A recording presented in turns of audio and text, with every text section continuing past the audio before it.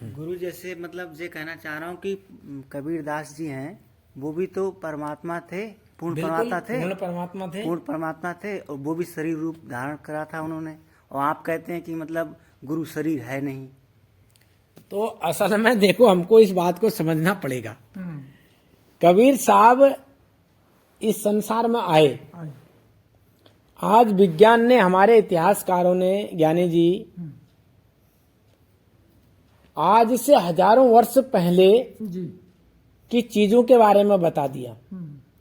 राम के बाप का नाम बता दिया, दशरथ के बाप का नाम बता दिया, रावण के बाप का नाम बता दिया।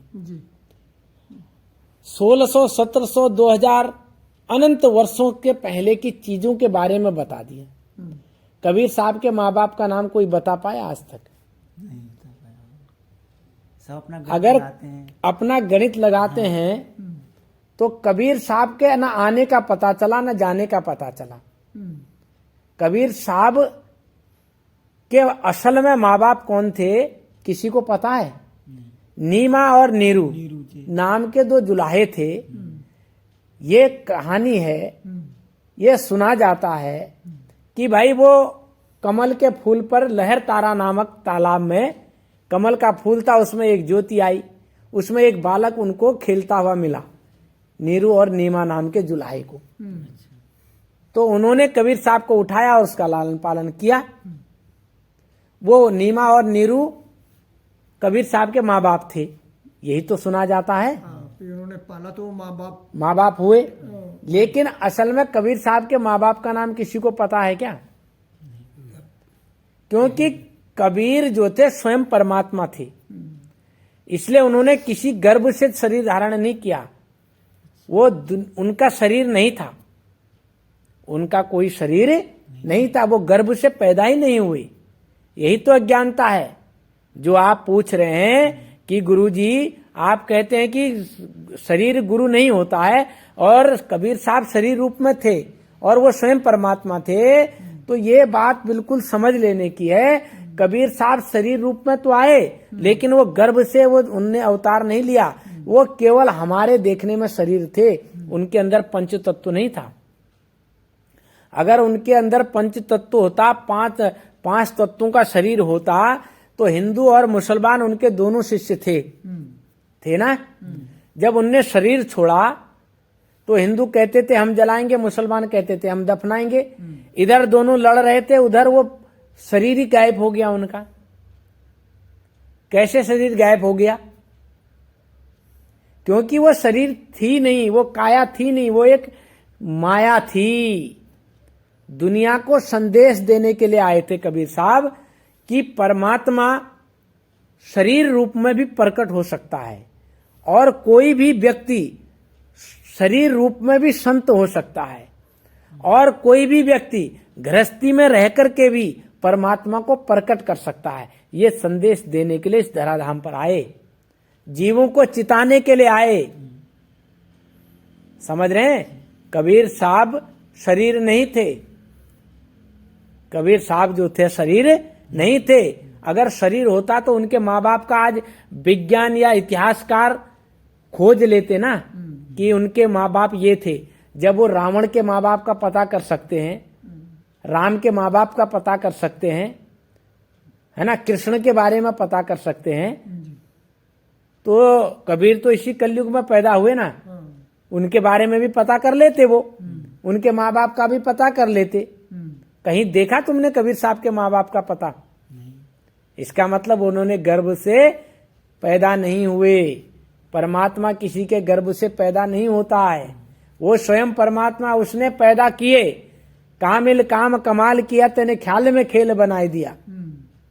उस कामिल ने, उस परमात्मा ने तो गजब का कमाल किया, ख्याल ही ख्याल में खेल बनाई दिया। जल बूंद से लेकर देह रची, सुर मानव दानव जीव जुदा, इन सब में आप मुकाम बनाई दिया। ये जितने भी जीव हैं, जितने भी प्राणी हैं, इनको पैदा किया इसी, और इन्हीं प्राणियों में उन्होंने अपने आप को भी सब में समाहित कर दिया। तो ऐसे ही वो कबीर साहब संदेश देने के लिए आए। आपने देखा कई लोग घर छोड़ के जंगल में चले जाते हैं, तो उनने कहा कि नहीं भाई, जंगल जाने की आवश्यकता नहीं, घर बार छोड़ने की आवश्यकता नहीं, बाल बच्चों को छोड़ने की आवश्यकता नहीं। आप घर में रह करके भी संत हो सकते हो, उसको पा सकते हैं। उस गृहस्थ रह करके भी परमात्मा की भक्ति कर सकते हो। ये संदेश दिया उन्होंने, वरना वो शरीर नहीं थे। समझ रहे हैं? लेकिन गुरुजी मतलब कोई भी व्यक्ति जैसे गुरु से जब ज्ञान लेता है तो शिष्य के लिए तो मतलब वही परमात्मा हो जाता है ना, गुरु ही। हाँ, देखो ज्ञान देने वाला तो गुरु है ही, उसके लिए तो वो परमात्मा है ही। लेकिन वो परमात्मा इसलिए है क्योंकि उसके अंदर परमात्मा प्रकट है। वो आपको परमात्मा का रास्ता बताते कि भाई ये परमात्मा ऐसे मिलेगा, उसकी सैन बता दी जाती है, उसका गुप्त भेद बता दिया जाता है। और जो गुप्त भेद बता दे वही तो गुरु है, वही तो परमात्मा है। उसी के इसीलिए तो कहा कि गुरु गोविंद दो खड़े काके लागू पाए, बलिहारी गुरु आपने गोविंद दियो लखाए। भाई उस गुरु की ही तो कृपा है, इस देहधारी गुरु की ही तो कृपा है कि आपने इस देह का लखाव करा करके उस परमात्मा को जनाया, इसलिए वो परमात्मा स्वरूप है। लेकिन परमात्मा प्रकट हो जाता है शब्द रूप में जब देहधारी गुरु हमको शब्द रूपी गुरु से मुलाकात करा देता है, उसका भेद बता देता है, तो इस देह में ही वो शब्द गुरु प्रकट हो जाता है। समझ गए? वो जो है वो शब्द गुरु प्रकट हो जाता है, वो शब्द रूपी परमात्मा प्रकट हो जाता है। समझ गए? इसलिए इस बात को समझना पड़ेगा, जानना पड़ेगा। आज संसार में यही तो भूल है आदमी को।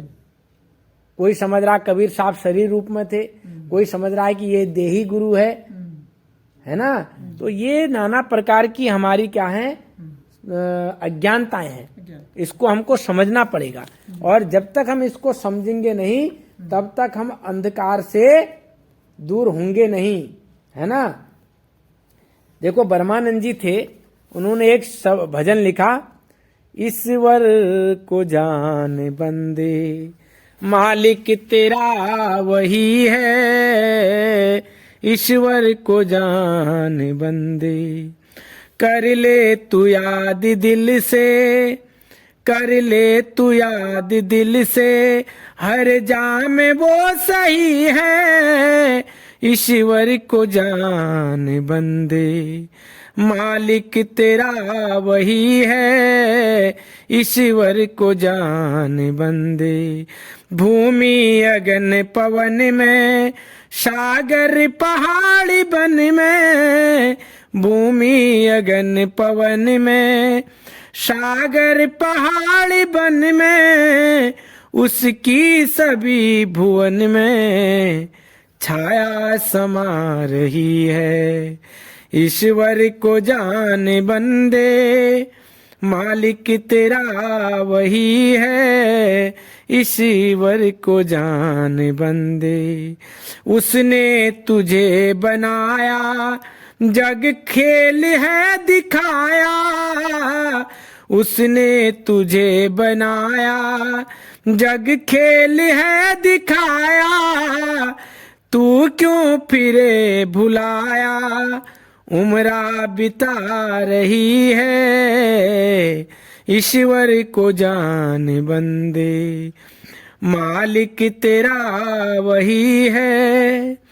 विषयों की छोड़ी आशा सब झूठ है तमाशा, विषयों की छोड़ी आशा सब झूठ है तमाशा, दिन चार का दिलासा माया फंसा रही है, ईश्वर को जान बंदे मालिक तेरा वही है। कर ले तू याद दिल से, हर जाम वो सही है, ईश्वर को जान बंदे। दुनिया से दिल हटा ले, प्रभु ध्यान में लगा ले, दुनिया से दिल हटा ले, प्रभु ध्यान में लगा ले, ब्रह्मानंद मोक्ष पाले, तन का पता नहीं है, ईश्वर को जान बंदे, मालिक तेरा वही है, ईश्वर को जान बंदे। तो ब्रह्मानंद जी बता रहे हैं ज्ञानी जी कि ईश को जान बंदे, ईश्वर, ईश माने मालिक, भगवान, परमात्मा, बर माने श्रेष्ठ, यानी कि वो परमात्मा जो सब में श्रेष्ठ है, ईश्वर, ईश्वर को जान बंदे, मालिक तेरा वही है। यानी कि वो जो मालिक है, संसार में हम दुनिया भर के लोगों को मालिक बनाए बैठे, कभी राम को, कभी रहीम को, है ना, कभी करीम को, कभी दशरथ को, कभी कृष्ण को, कभी शंकर को, कभी विष्णु को।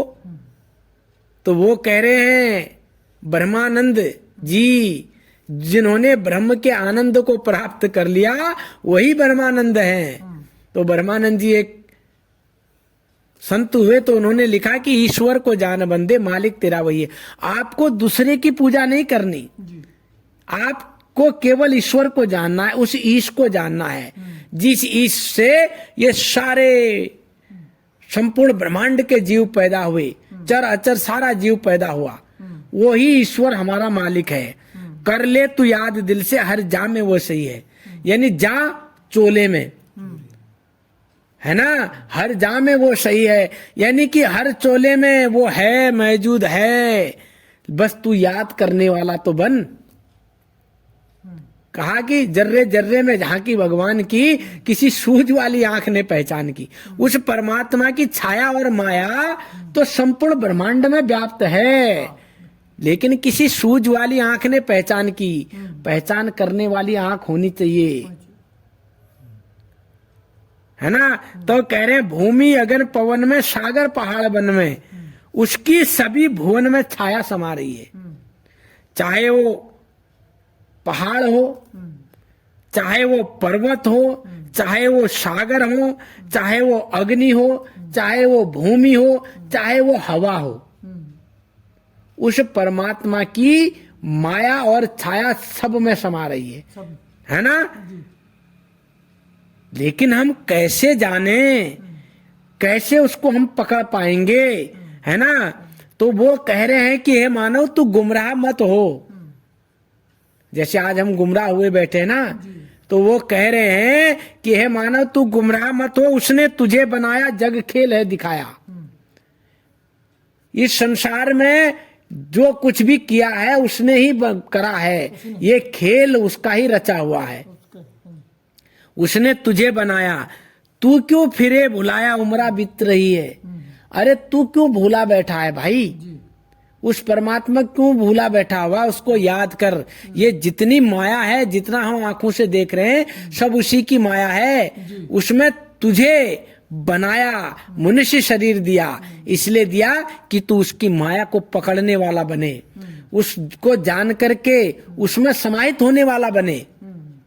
तब कह रहे हैं कि ये उम्र बीत रही है, इस काया की उम्र बीत रही है, एक दिन ये काया बिनस जाएगी, है ना। यह तन कांचा कुंभ था, लिया फिर आता साथ, और ढप क्या लागा फूट गया, कछु ना आया हाथ। फिर कुछ हाथ आने वाला नहीं है, कच्चा घड़ा है।